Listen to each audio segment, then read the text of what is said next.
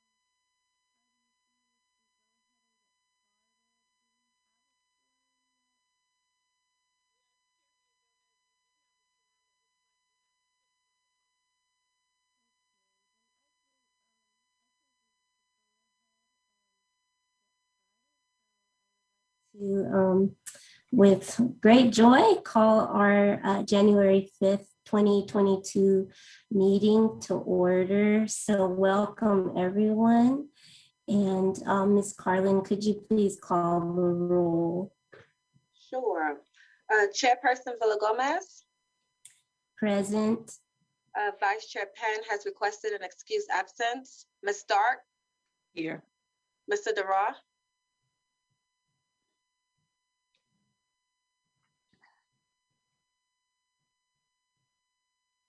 Mr. Jura, I think you're muted.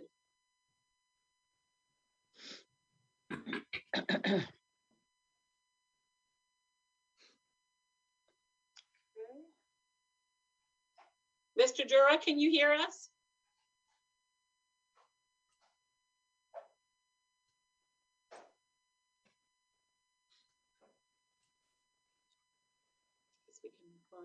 Mr. Fulton.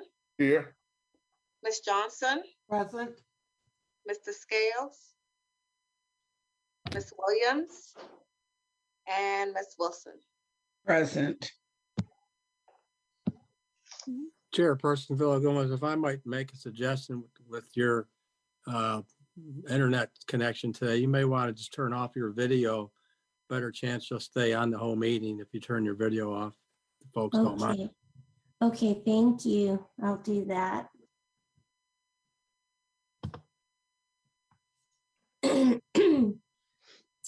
So I believe that since we have a quorum, we could try to approve our minutes from our November and December meeting. So I would request that somebody would make a motion to approve together, if that's okay, both meeting minutes.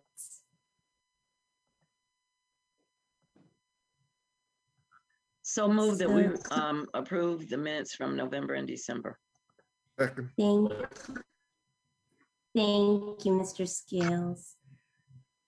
Ms. Carlin, could you call for the approval?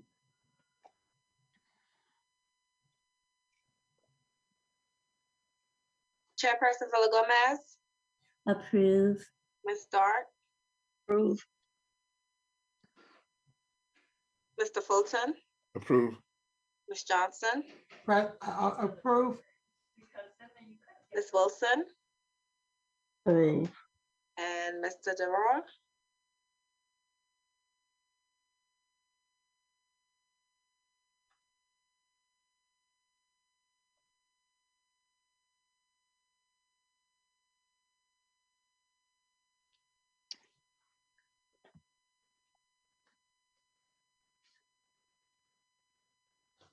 And it looks like Chair Villa-Gomez, you still have a quorum approving. You still have a majority approval, I do believe. I think you had 5.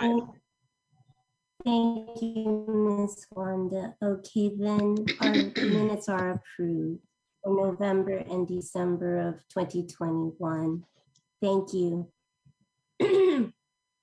So we can move on to the chairperson's update. don't have too much new information. I really, most of what is here on the agenda we discussed last month. So I just want to give a brief update, and I hope Ms. Wanda will provide some more information. But of course, we envisioned this historically interactive Black Winston-Salem project over the course of, I believe, late November and December in relation to the grant that was submitted.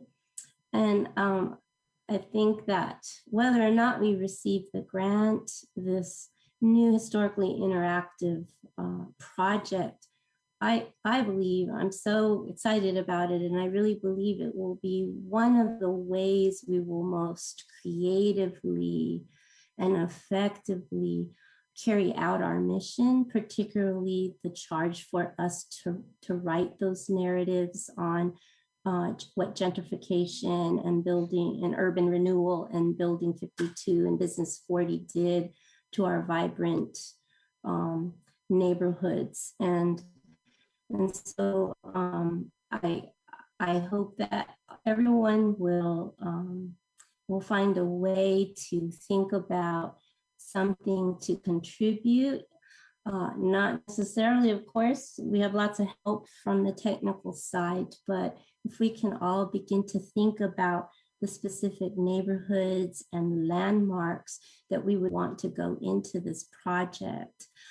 So my class that will be meeting twice a week and starting next week, my urban history class, we are having the service learning project. So again, I would invite each of the committee to come and visit and maybe provide an oral history and even pictures of maybe your favorite landmark or your neighborhood, because then the students along with myself can document that. We can begin to do more research to find pictures and newspaper articles that will sort of form the script or the backbone for part of this digital project. So that is filled up. I think I have about 25 students and we may go up to 30. And then I also have 6 or 7 of the advanced history interns that will be working the same project through their internship, not through that class. So really hope to have the students help us move forward so that we have a lot of those narratives that then we can create around. So that's what I have there. And then obviously our committee can be working on the digital project in other ways independent of what my students are doing. And so as we move through this new year, your thoughts on that, please contribute. Feel free in our meetings to bring up your ideas and to email me and the rest of the committee. And always feel free to call me and we can talk offline about ways that I can support you and that my class can support you and the committee can support you. The last item that I have is this Green Book and Oasis Spaces. It's a exhibition. I believe Ms. Wanda sent it to me, and I hope my memory is serving me right. I believe I emailed you the information, but I wanted to send a reminder and or give you the reminder today, and I can resend the email with the information because they want us to RSVP. I don't believe I'm going to be able to make it because January 13th is WSSU's first day of classes, but I will try. I actually just live down the street from Mount Tabor United Methodist Church, so I can actually walk over there. But I encourage all of us, if we can make it, if you feel safe to go out into a public space, I think it would be a great thing to support. Ms. Linda asked me about the days and times of my urban history class. So we will be meeting, I believe, from 10:30 until about 11:45, 10:30 to 11:45 on Mondays and Wednesdays. So it's an hour and 15-minute Zoom class. So if you would like to come visit, I'll send you the Zoom link, and come anytime. I would love to have you there as much as possible. So those are my updates. Are there any questions about any of these items? Any suggestions? All right. So if you do think of something, please do call me or reach out. And I really want to make sure that everybody's, what you think is a priority, what you think really needs to go into this project, any of your creative ideas, any of your thoughts about what needs to be stressed in our narratives so that we can really celebrate our community's history, the contributions, the ability to thrive, the ability to fight injustice, everything that our community has experienced. Committee members, you grew up here, and again, I'm so honored to be a part of the committee, and I learn from you all the time. And you're really part of the great heart of our city. And so whatever you contribute is going to inspire and teach. And so it's my job to help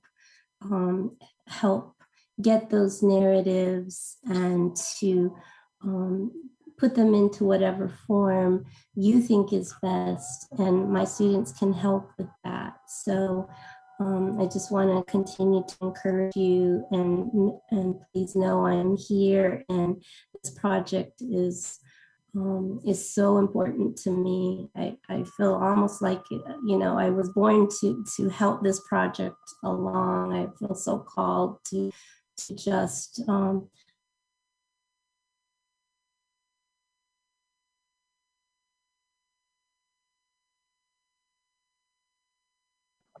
Did we lose Cynthia? It appears that way.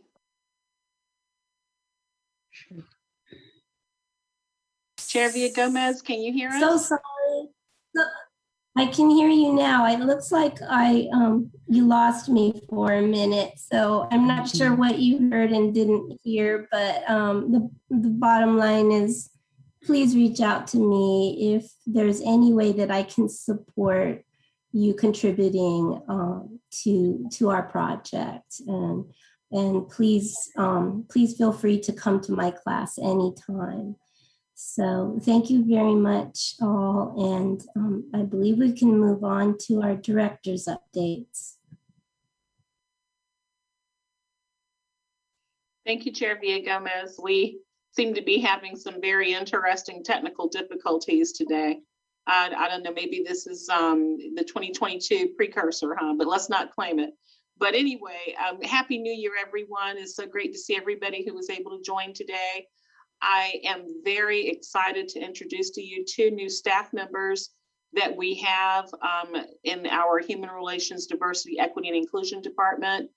One of whom I see on the screen is right next to me. Her name is Eleanor Tebbetts. And Eleanor, could you unmute, and would you mind introducing yourself to our African American Heritage Initiative? Hi, everybody. I'm Eleanor. I am the new Human Relations Analyst here. I will be investigating public accommodation discrimination and employment discrimination within the city of Winston-Salem. And I just graduated from law school last May, and I'm really happy to be here. Thank you, Eleanor. And Eleanor also has some experience in working with city government, and that she did complete an internship with our Human Resources Department as well. And so that should bode well for her as she works on the new non-discrimination ordinance enforcement for public accommodations and employment. So thank you, Eleanor. And we also have Ms. Drashanta Brinson, or Shanta as we call her. And so Shanta, would you please introduce yourself to the African American Heritage Initiative as well? Good afternoon. I am Drashanta Brinson. Very happy to be with all of you this afternoon. I am the Human Relations Outreach Specialist, and I'll be doing outreach as it relates to the non-discrimination ordinances. I'm very excited to be on board and to join in with this wonderful city of Winston-Salem. Thank you so much for having me. And Shanta hails to us from Guilford County, and she is a very seasoned investigator. And she has also done significant outreach work specific to race equity and other areas. And so we are very excited to have her on board with her wealth of experience. She has, Shanta, you have to help me out here. I know she has a master's degree in, tell me what your master's is in again. My master's degree is in Peace and Conflict Studies. There you go. So perfect fit for the work that she will be doing for us. So just like to welcome both Eleanor and Shanta to the staff. Thanks, ladies. And Chair Villagomez, I think that was all I really had in terms of the director's updates, because you did touch on the grant and the fact that we did submit the grant by the deadline of December the 15th. And I would like to thank Jamie Waldeck and Brittany Pitts. I'm not sure if Brittany's on the call today, but they worked very hard on making sure that the grant was submitted on time. And so real glad about that. And we do have our fingers crossed that indeed it'll be awarded to us. So thanks to both Jamie and Brittany. And that was all I really had for director's updates. Wanda, when will you hear something one way or the other? Well, I think, Ms. Linda, they said that the new cycle would start in March. So I'm guessing that we should hear something prior to the start of the new cycle. But I don't have any specific dates or anything like that. And so, Chair Villagomez, if you don't mind, I can just segue right on into the city staff updates, because we do have several members of the city staff on this call today. And I know we have representatives, as always, from IS. So if there are any IT updates, or if there are any updates from marketing, this would be a great time for those. I'll jump in, Wanda, from information systems. No real updates. We're in the process of ordering some equipment for y'all, some laptops, but also scanning equipment. And just had some email exchanges today about that, as a matter of fact. So we're still working through the ordering of equipment, and some of it's just been slow because of the demand in the market for this type of equipment. But we haven't forgot you, and we're working on those orders. And that's really all I got to share today. I don't have any new positions. I wish I did. Thank you. Thank you, Tom. We needed those positions to get this important work done, because our staff was so tiny to begin with. I understand. But thank you. On the marketing side, we don't have anything really new to report either, except that we will be standing by with fingers crossed that your grant comes through, and that we have some work to do for you to help support that, the rollout of that interactive program as it comes together. And thanks so much, Frank. You all are always so supportive anyway. So I appreciate that. And yes, please send those good vibes, because we really do have fingers crossed that grant will come our way. So thank you. Thank you so much. And just FYI, everyone, we did apply for the maximum amount. I think it was 50,000. So we're just gonna, see what happens.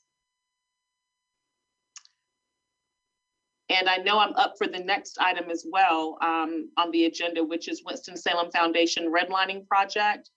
And for that one, I was just going to mention that on Tuesday, I will be giving an update, or actually an informational matter or item to the city council at the general government committee meeting. And that meeting is on Tuesday. And I know that Chair Villagomez plans to join. And we also are anticipating that Charlie Gardner from the Winston-Salem Foundation will be on that Zoom call as well. And so basically, I'll just be talking in general about redlining and some of the overall definitions and meaning behind redlining and what that means to our immediate local community, what it looked like, what's still going on, what were some of the repercussions, and some of the very real tangible consequences that we're still feeling to this very day in terms of housing discrimination. So I'll be touching on that a little bit on Tuesday, just as an FYI. And I do think that the redlining exhibition has been extended to February something. I'm not sure of the date. Do you know the date, Ms. Linda? I don't know the date, but I was told February. Right, okay. And Ms. Wanda, I wanted to add, if Mr. Gardner does not mention the guided tours, if anyone from the council is interested in the guided tour, now we can't do it now because of the 30% positivity rate, but I would be very happy later on, if the numbers come down, to do a guided tour for them, or one or two or whatever, because I think the impact really hits you when you can get up close and you can actually read the fine print. So I would be willing to do that if the numbers come down. Thank you, Ms. Linda. That's awesome. Thank you. And I agree. I guess the overall concern would be the high positivity rate right now. So yeah. But thank you. Madam Director, excuse me, in your discussion, the whole issue with the what they call them, accessory dwelling units, the ADUs, and how that could potentially be a small form of redlining in one way. I think that some of the neighborhood concerns, are the ADUs a part of the discussion, or is there any thought about how that would affect? I know it's in the realm of affordable housing, but there's also what will it look like in the end, and which neighborhoods will be most impacted by insufficient maintenance and care of those ADUs. Thank you, Ms. Joycelyn. I had not thought about, I guess, intertwining the ADU discussion in with redlining, but definitely I see the point that you're making. So I don't know if that will come up, and it could come up as a matter of discussion during or after the actual presentation of the item. But that is definitely something, I see the connection that you're making there. I do see that. Thanks. Thank you. And so Chair Villagomez, that was it for the updates from me and the city staff. Thank you. Thank you so much. And I just wanted to reiterate the gratitude toward the city staff in the completion of the grant. I learned so much, and I've been on other grant writing teams before, but it was just such a pleasure. And I was just so impressed at how everything came together. So I am so thankful, and crossing my fingers that that we'll get a positive response. Well, I believe that our next meeting will be Wednesday, February 2nd. So, so we'll be back here, same time, 2 o'clock, February 2nd. And so we've done quite well with time. This meeting's going along pretty quickly. So we have time for a few 2-minute memories. If anyone has a 2-minute memory that maybe we could even see as the foundation for something we could work into our digital project. So today will be a great time to share. Madam Chair, Yes, before you open that Yes. door, would you be willing, if it's the consensus of the group, to send to Councilmember Scipio a condolence letter? Oh, yeah. It's my understanding her brother died in California and services were on Tuesday, but if the group, the board members and staff consent, would you be willing to pen a letter to her, just sharing our thoughts? oh, yes, indeed. I am so sad. I didn't know that. Thank you for letting us know that. Would I could write a card on our behalf, or I could email her. But what would be most appropriate? It's either, I mean, just something to let her know we're thinking about her, even, if it comes directly from you, if it's a card, I would encourage, those of us on the call, for anyone who has experienced a loss, to do similarly. But if Yes. the department wants to, or staff wants to pen the letter, or if you want to do it, or if you want to send a card, it doesn't. I just want us to acknowledge the death. Yes, that is just heartbreaking news.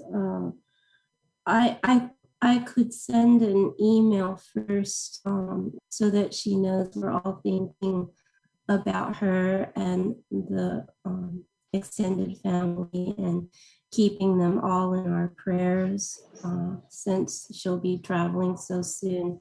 And then I think it would be appropriate to follow up with an actual card.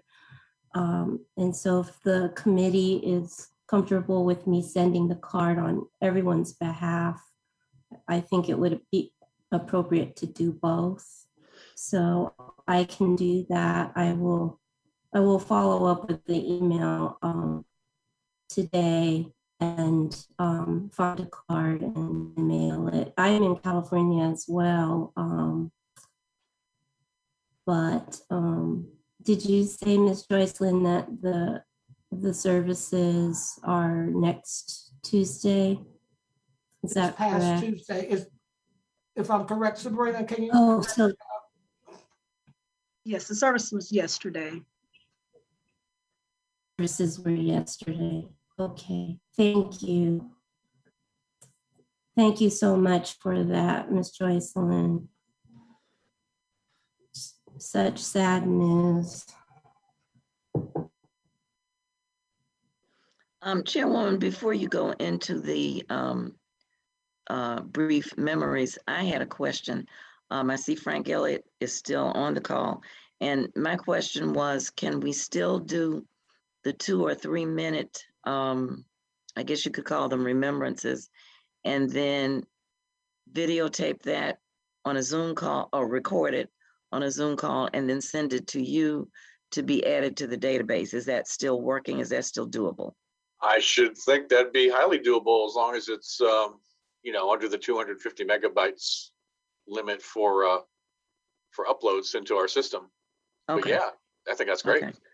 So I would aim for 2 to 3, 2.5 minutes, something like that. I'll see you and raise you one. I think if we come upon a really stellar 2-minute memory, I'd love to get that posted on the AAHI webpage, just to give folks an idea of this is the kind of thing. Okay. And create a little bit of engagement, right, like that. Okay. Thank you. Uh-huh.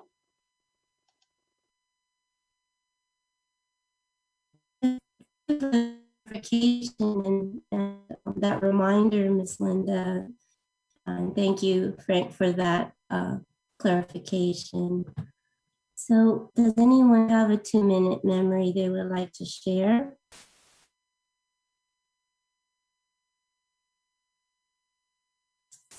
Something about your favorite place, or your favorite school, or something that you were particularly proud about for your family's neighborhood. And I know my internet was unstable a few seconds ago, but I know you all, again, are such rich sources of wonderful history. So anything you're willing to share would really contribute to this broader narrative.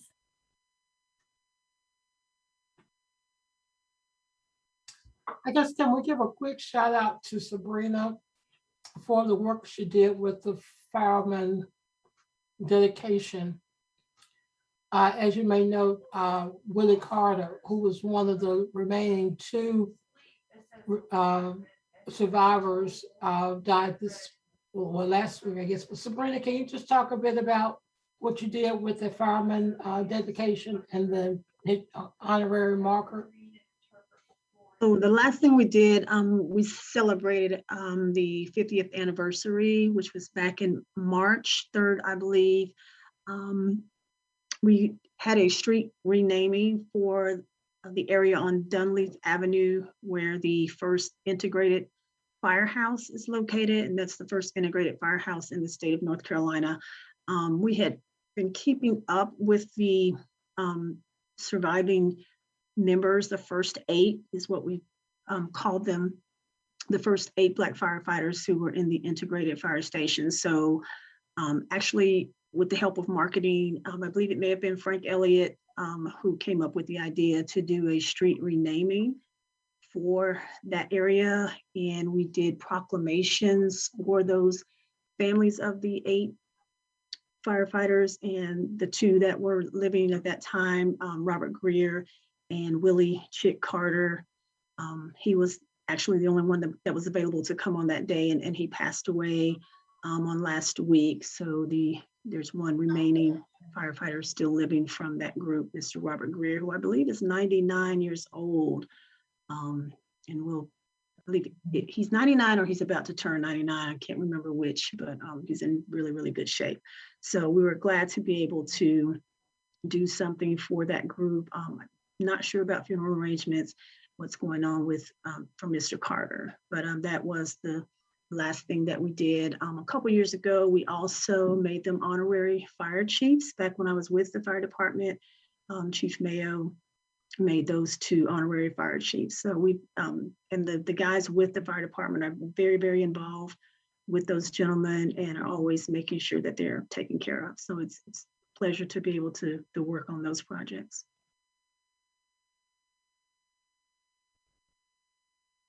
Thank you, Ms. Stowe. I'm so sad to hear that we lost these who were such treasures to our community, and I think it would be important to really help this narrative of the African American firefighters in our community, both before and after integration. And so I think that that's a very important story to tell. And thank you so much, Ms. Joycelyn, for bringing that up and for sharing the updates, Ms. Stowe. Thank you very much.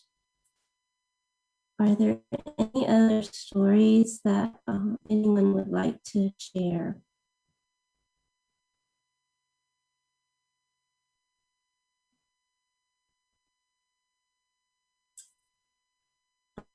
Are there any other action items that anyone would like to bring up before we call for adjournment?